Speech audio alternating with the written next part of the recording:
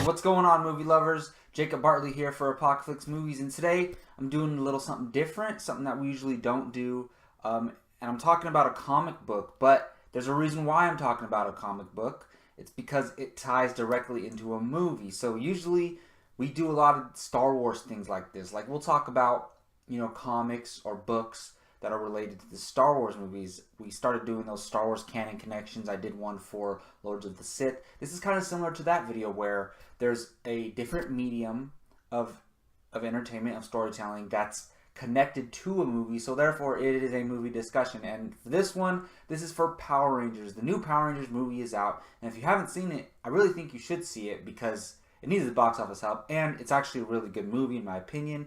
If you can't tell by the shirt and the pops and this video, I'm a big fan of Power Rangers, the property.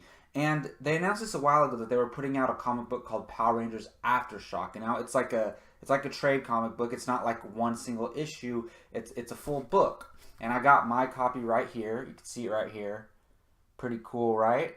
Yeah, so I picked that up the day it came out and I read it that night. I couldn't wait to finish it because what it does is it serves as a sequel to the movie in a way, not a movie sequel, and it's not like long enough.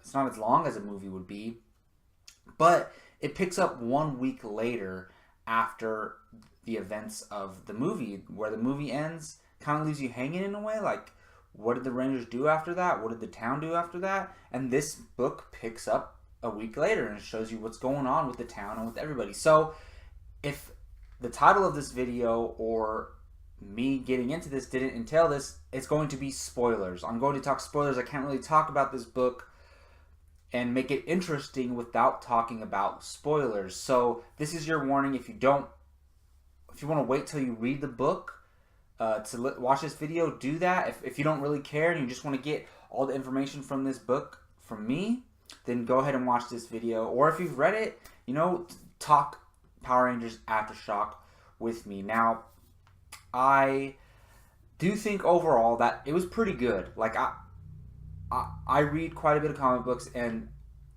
I would say, if I were to rate this book on its quality, I would probably give it like a 7.5. It's pretty good. But the thing for me is I'm so attached to this new movie. I love it, and I'm so excited that in my eyes Power Rangers is back, and I really hope this franchise continues. But also I'm just fascinated with like this world that they built. Like what's real in this reality that they built.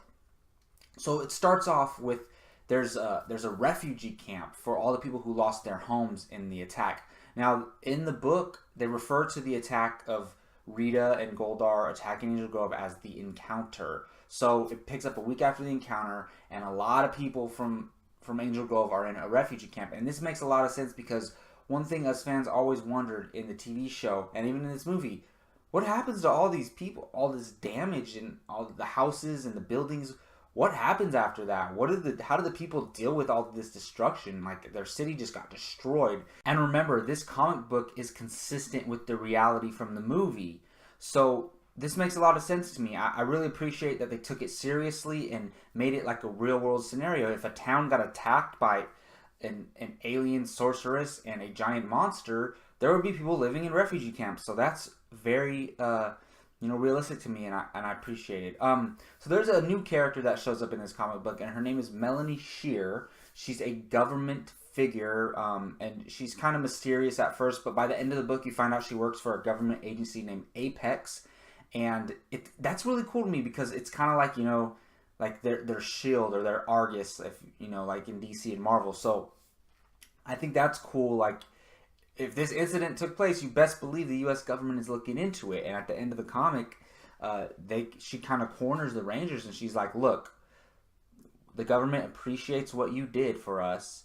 Keep fighting the fight. Keep doing the right thing. But if you step out of line, we're going to come for you. So don't think that we're not watching you, that we're not keeping you in check. So I thought that was actually really cool. Like I was like, whoa, they're actually going pretty far with this. So I really liked that element from that, and I liked that character, and I'm very interested to see where they take this. Like, did they introduce this character for nothing, or are they going to bring this character into live action? That is something that I would really love to see. Like, who could play her? Who knows? It would probably have to look like that, the way they drew her in the book. So that's kind of, it gets weird when you're dealing with the continuity when you connect the comic to the movie. But I would still love to see that character, or at least that apex government agency, in a sequel, like keeping an eye on the Rangers, because it makes a lot of sense. That's how it would happen in real life. But basically, as far as the Rangers go, this comic is dealing with them coming together as a team and dealing with their relationships with each other, and Jason as a leader. You kind of get him narrating, like, sometimes when you read comics, you have like the main character's thoughts throughout the comic. Now they take Jason with that, and they use him kind of as a catalyst to push the story in this comic book, and you kind of hear his thoughts on what he's thinking about. And he was my favorite character in the new movie, so I really liked seeing that and how he deals with it. And they use his football experience as a quarterback, that those leadership skills that he learned, they use that and they apply that to him trying to deal with these Rangers. And there's some really good dynamics between them. So basically, the stuff I loved from the movie, with these characters dealing with each other and getting to know each other and, working on becoming a better team, all of that stuff carried over into this book. And I really enjoyed reading it. And I really enjoyed, diving deeper into the psyche of the character of Jason. And I think that it's kind of very realistic, because in the book, the Pink Ranger calls him out, like, wait, why are you in charge? Because red's a primary color. Like, he's been doing it just as much as they are. So what makes him the leader? Of course, with Power Rangers, the Red Ranger is the leader, at least for this iteration of it, or this group of it. So he's kind of been chosen to be the leader. He didn't assign himself to be the leader.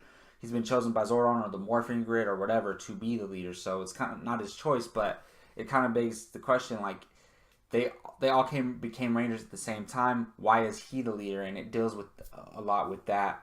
So I liked that a lot. So if you've seen the movie, at the end of the movie, Rita gets knocked into space.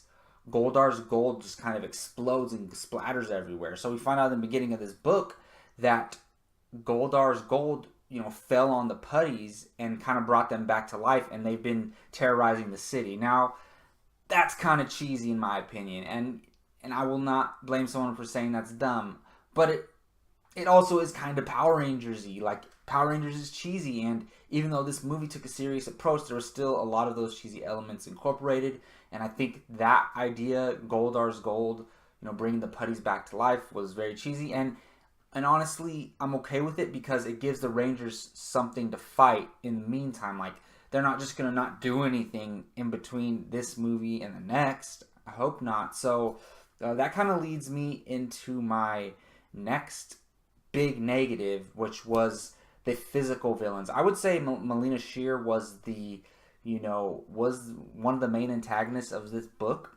But they have these two characters, a brother and a sister, who broke out of prison or whatever, or got released from prison when the incident occurred. And they are like angry with the town, and they come across some of, the putty mixed with Goldar's gold, and the brother gets turned into this monster. And I just thought the whole thing was completely stupid. It was kind of pointless. The only reason it was there for is to give the Rangers a physical threat to fight, which is fine. I want to see them beat up on some stuff in this comic book. I want to see the Zords come out.